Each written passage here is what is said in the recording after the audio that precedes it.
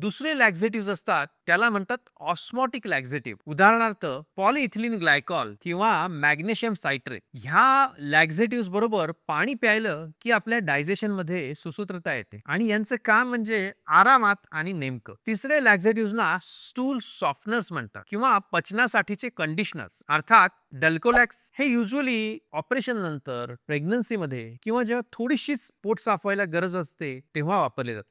आणि आता बोलूया त्या लॅक्झेटिव्ह बद्दल जे काम करतात पण कधी कधी जास्तही परिणाम करतात अर्थात स्टिम्युलंट लॅक्झेटिव्ह. बिसाकोडिल, सेन्ना हे स्टिम्युलंट लॅक्झेटिव्ह आहे. हे पोटाला जोरदार झटका देतात आणि त्याची प्रतिक्रिया अशी होते की पेट्रोल बॉम्ब सारखा इफेक्ट येतो. एकदम धडाक्कन मोशन होऊन जाते. त्यामुळे यांचा नियमित वापर रेकमेंडेड नाही. यांच्या नियमित वापरामुळे पोटात कळ करून वेदनाही होऊ शकते. सलाइन लॅक्झेटिव्ह हे असेच एक अग्रेसिव्ह लॅक्झेटिव्ह आहे अर्थात मॅग्नेशियम हायड्रॉक्साइड किंवा मिल्क ऑफ मॅग्नेशिया. हे पोटामध्ये पाणी खेचतात आणि कधी कधी ते जास्तच पाणी खेचतात. त्याच्यामुळे किडनीच्या पेशंट्सनी हे बिलकुल वापरायचं नाही.